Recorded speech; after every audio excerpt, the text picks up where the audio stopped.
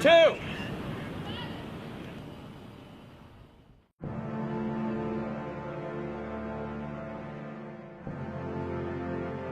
You might be aware the new stealth destroyer USS Zumwalt is two 155mm howitzers, 80 vertical launch missile silos, and a pair of rapid-fire 30mm cannon.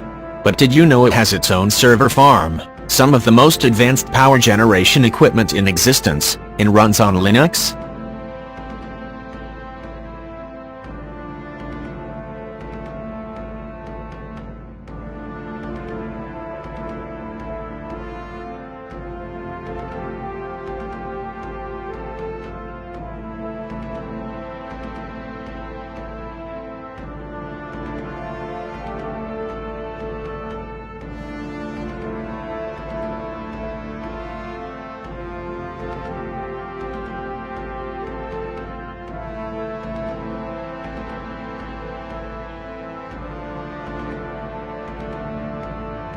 The tech that powers the USS Zumwalt, the lead ship of the Zumwalt class of destroyers. The page breaks down the weapons that give the 16,000-ton vessel her teeth, allowing it to hit land targets as far as 1,000 miles away, shoot down anything flying within 200+ miles, and destroy enemy submarines and small kamikaze ships.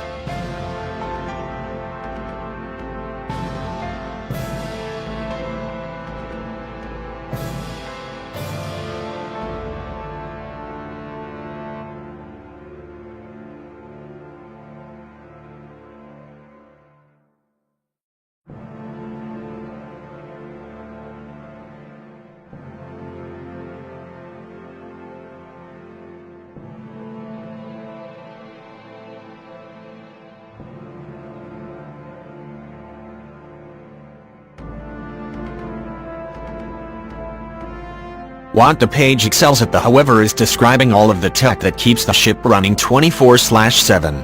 The Zumwalt, for example, has a staggering 53,760 cubic feet of onboard computer servers, running everything from the steering to the electricity, all powered by the Linux operating system.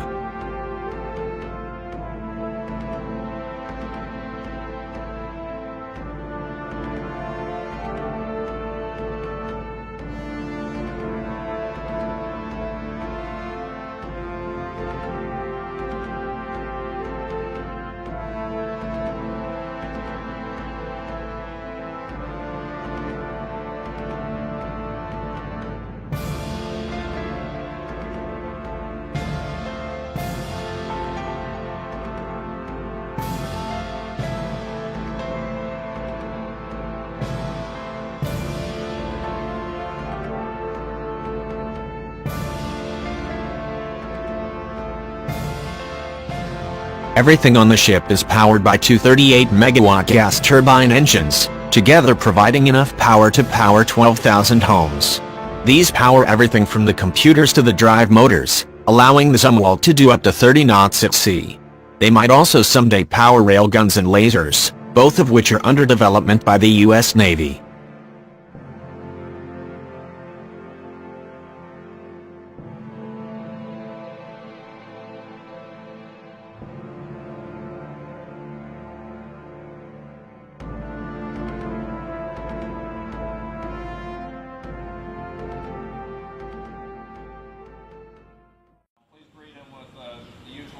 that the crew offers to.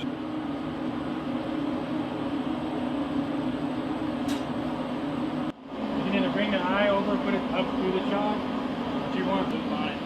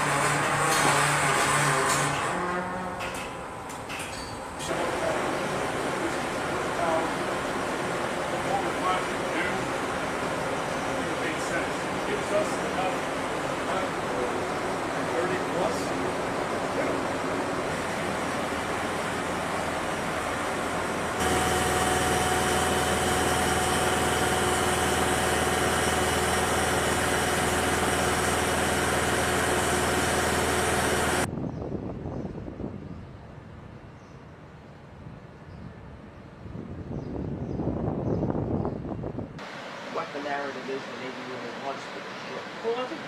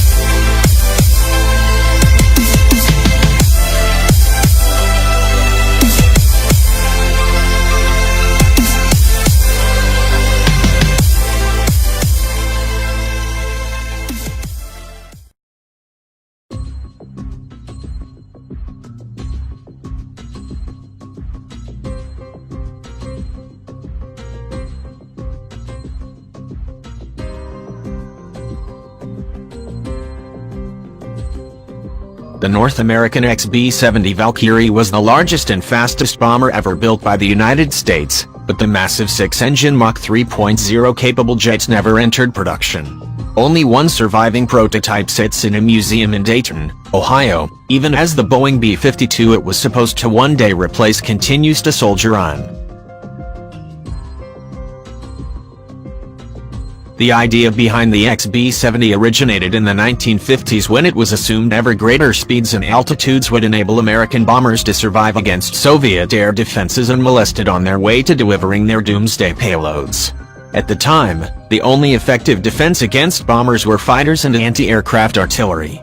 Even then, anti-aircraft guns were only marginally effective and interceptors were increasingly challenged by ever-improving bomber performance. However, with the advent of surface-to-air missiles, SAM, that began to change, the balance started to tip in favor of the Defender. While the U.S. Air Force was aware of Soviet advances in SAM technology, the Pentagon didn't start to understand the scope of the problem until Francis Gary Powers' Lockheed U-2 spy plane was shot down while overflying the Soviet Union on 1 May 1960. But development of the XB-70 continued nonetheless. With the growing realization that Soviet SAM posed an increasing threat to American bombers, the Pentagon started to explore low-level penetration as an alternative. Low-level penetration involved flying under the radar horizon using terrain to mask a bomber's approach, which greatly reduces enemy response times. Moreover, the development of intercontinental ballistic missiles greatly reduced the United States' reliance on manned bombers. Many leading military strategists of the time believed bombers were too vulnerable to survive the journey into Soviet airspace. As a result, President John F. Kennedy decided to cancel the XB-70 as a frontline bomber program on March 28, 1961. Meanwhile, the XB-70 test program continued. The jet made its first flight on September 21, 1964, when it flew from Palmdale to Edwards Air Force Base, California.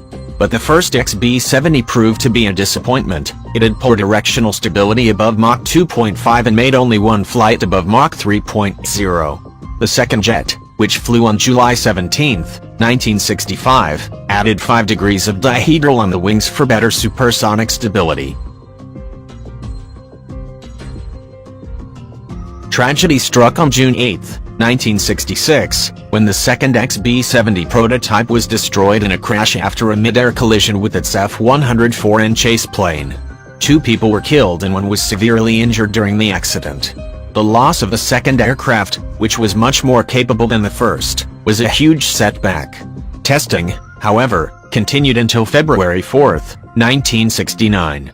Ultimately, the first XB-70 logged 83 flights totaling 160 hours and 16 minutes, while the second XB-70 logged 46 flights totaling 92 hours and 22 minutes according to NASA.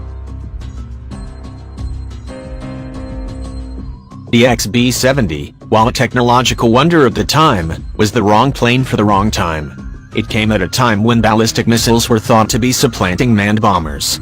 Moreover, it was being developed at a time when it was increasingly apparent that high speed and high altitude were not sufficient protection against surface-to-air missiles or the next generation of Soviet fighters.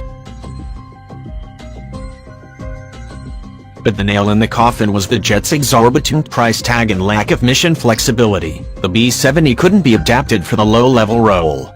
Let's hope today's shadowy long-range strike bomber fares better.